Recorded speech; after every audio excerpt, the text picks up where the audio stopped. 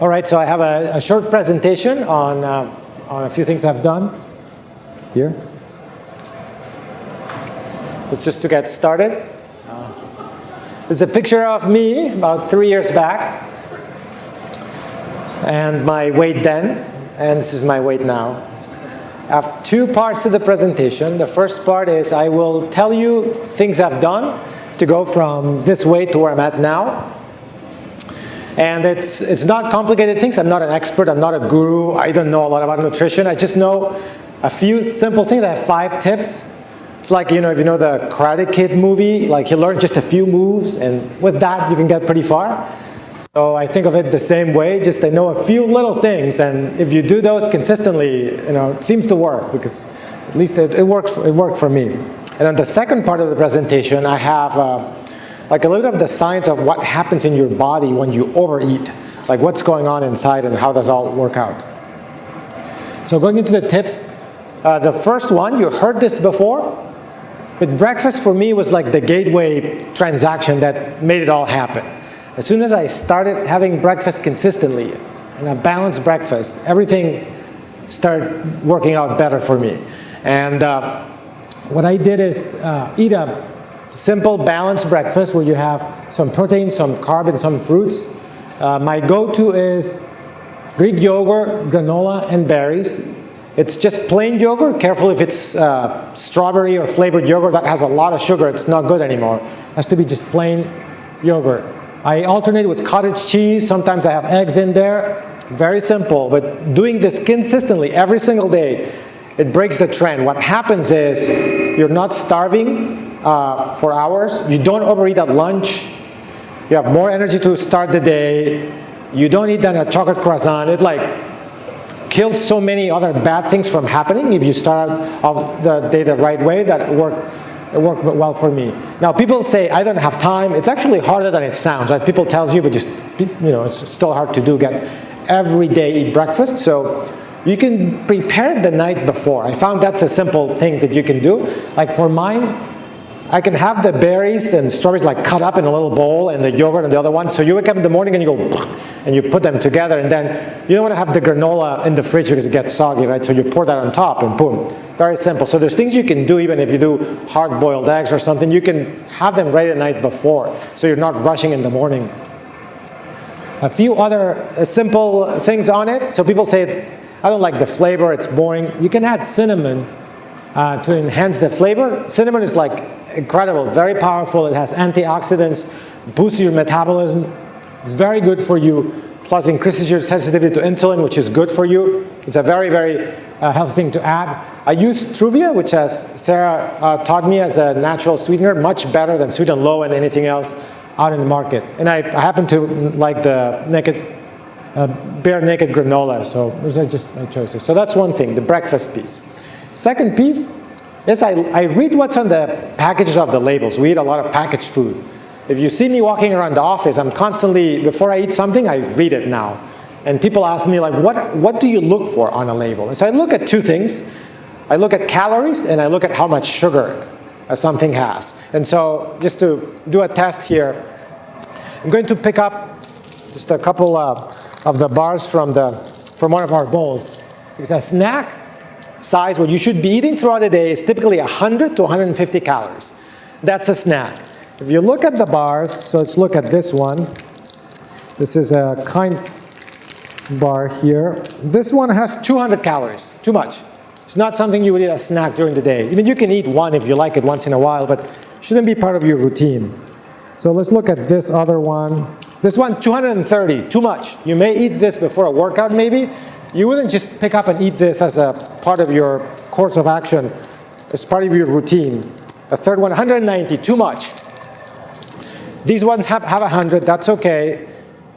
I think this one has 130. I mean, just keep an eye. You can't, if it's 230, it's twice as much as you should be eating, and you bake that into your routine, it's not going to work out for you. And so be careful with what's on the things, and you read the packaging. The third thing I'm conscious of, and I do, is I eat less sugar. It seems, again, very simple, but if you just type it into Google, the average American eats 22 teaspoons of added sugar. This is on top of what the food already has per day. And the American Heart Association and the World Health Organization, they keep issuing warnings on this. It's an epidemic, basically. We're eating way, way too much sugar. And their official recommendations is 5 for women, teaspoons, and 9 for men. If you look at any of these bars, they may have, some of them are okay, they may have 5 or 6 grams. The chia ones have 6 grams, 5 grams, but some of the other ones have 12, 15 grams. So you may blow almost your whole day's worth of added sugar with 1 bar. So just be careful. The same thing if you eat a regular soda, like a regular non-diet, it's 40 grams of sugar. If you take like an apple juice, it has an enormous amount. A lemonade, it's not unusual some of the Minute Maids have 70, 80 grams of sugar in one.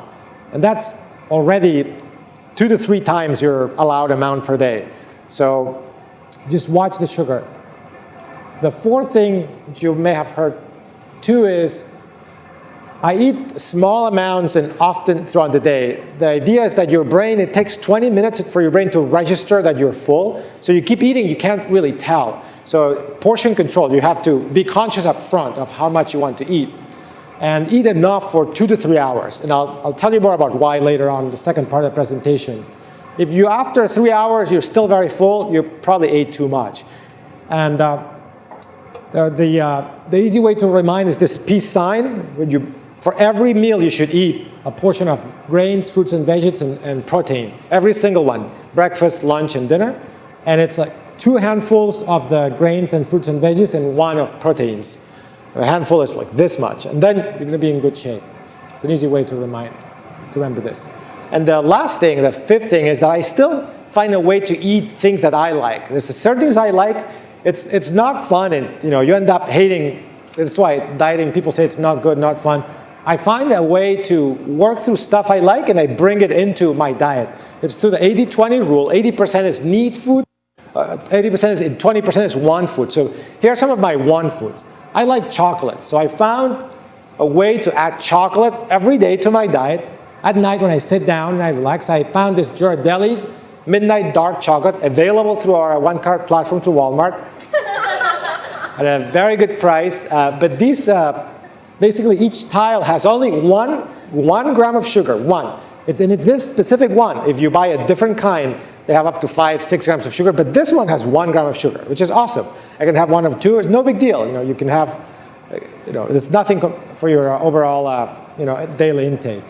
In terms of pizza, I do have pizza every single Friday night, and I look forward to it. It's pizza night tonight. It's awesome. It's coming up. What I do is I have thin crust pizza. I don't go for a super crazy thick crust. And I get it at Trader Joe's. It's like $2 or $3. It's actually super cheap. And then the one I get is cheese and mushrooms. But if I feel like it, I do eat meat, so I can enrich it. So I actually go downstairs to the deli, and I get 10 slices of pepperoni. It's like 50 cents. And you can put them on top, and then it's like amazing in the oven. It's like ridiculously good. And I like ice cream. I have ice cream most Sunday afternoons. It's no big deal.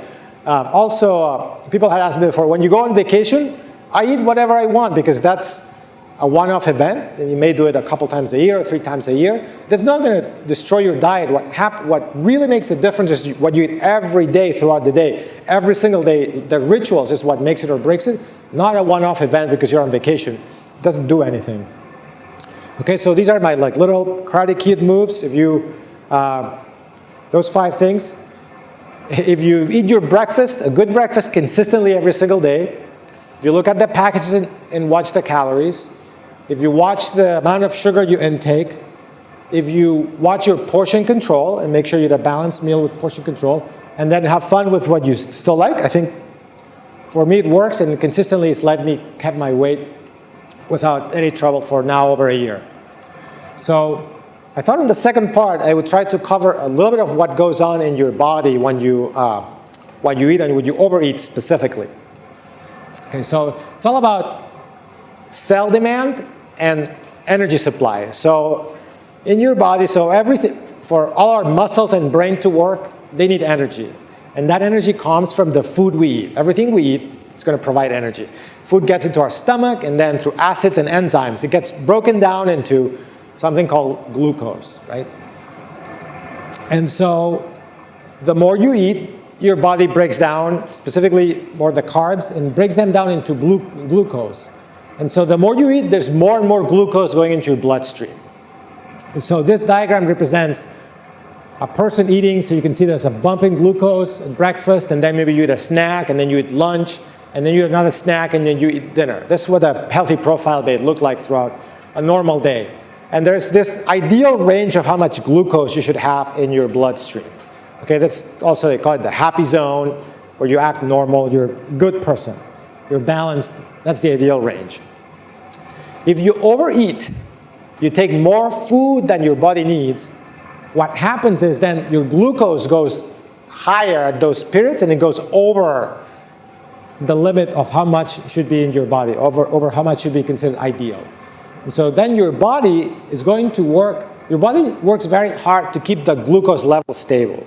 Glucose, if you have a high elevated level of glucose in your blood, it's actually toxic for you. It can be really bad. That's what happens in diabetes with high glucose. So your body works hard to keep the level of glucose in that range and stable. And the way it does is it releases insulin, something called insulin. The pancreas releases insulin. Insulin goes into your bloodstream, and insulin is in charge of two things, two very important things. Distributing the glucose to your muscles and brain. That's what gives you energy and lets you keep going. That's the first and most important task.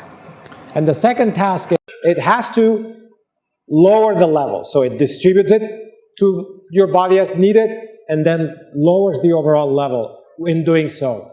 And it wants to do it very efficiently. Insulin is in charge of doing that within 2 to 3 hours. And so what happens is it takes all that glucose after you eat, it gives it to the brain and the muscles, and then how much of that is absorbed, it depends on what you're doing. If you're doing something very heavy, if you're working out, or if you're doing something very intense, a lot can get absorbed by your brain and muscles. If you're not doing anything, if you go out to lunch and go back and sit in your desk, and you're just sitting there, your body's going to consume less of it. So when you overeat, insulin distributes your glucose, and you have extra glucose left. What happens is it has to find a place to put it. It cannot leave it in the bloodstream because that's toxic for you. So no matter what, it will find a way to get rid of, insulin will find a way to get rid of your glucose. And there is a cell in your body with unlimited capacity to absorb glucose, and that's the fat cell, okay? No matter how much you eat, insulin will find a way to stash that away into your body. You will grow another roll, something, your belly will get bigger, but insulin will dispose of the extra glucose one way or another. It'll go into your fat cells no matter what. And so when you eat too much, you're going to find yourself tired and sleepy. But how is that? If food is supposed to give you energy, how come you're feeling tired and sleepy after you eat too much? That's because of what I just explained, that your body's working incredibly hard to get rid of that extra glucose. And that's what's going to make you tired and sleepy, but then disengaged and motivated. You get unable to focus. All these other things happen as your body works really hard to lower your glucose levels. So from an energy management point of view, it's very important, probably the most important takeaway from this piece is that you should eat what you're going to need in the next 2 or 3 hours. So people will say, okay, well, I'm working out tonight, so I'm going to indulge and eat more now. Wrong. You do that, it's going to go into fat. If you say, well, I worked out this morning, I can eat more now. Wrong. You should, when you sit down to eat something, you should plan on what's happening, how much demand you're going to have in the next 2 or 3 hours. Because if you don't use that energy in the next 2 or 3 hours, it's going to get stored in your body. Any excess will get stored as fat in your body. And so, as a summary, eating more means that there's excess glucose in the bloodstream. Your insulin levels are high then to get rid of that. Body will use a lot of energy to get rid of that because it's toxic. As a result, your energy and engagement will decline in all dimensions, and your fat storage will increase, so it's not something you want to do. And so with that, done with this part, and this is all I had to share for today. Thank you.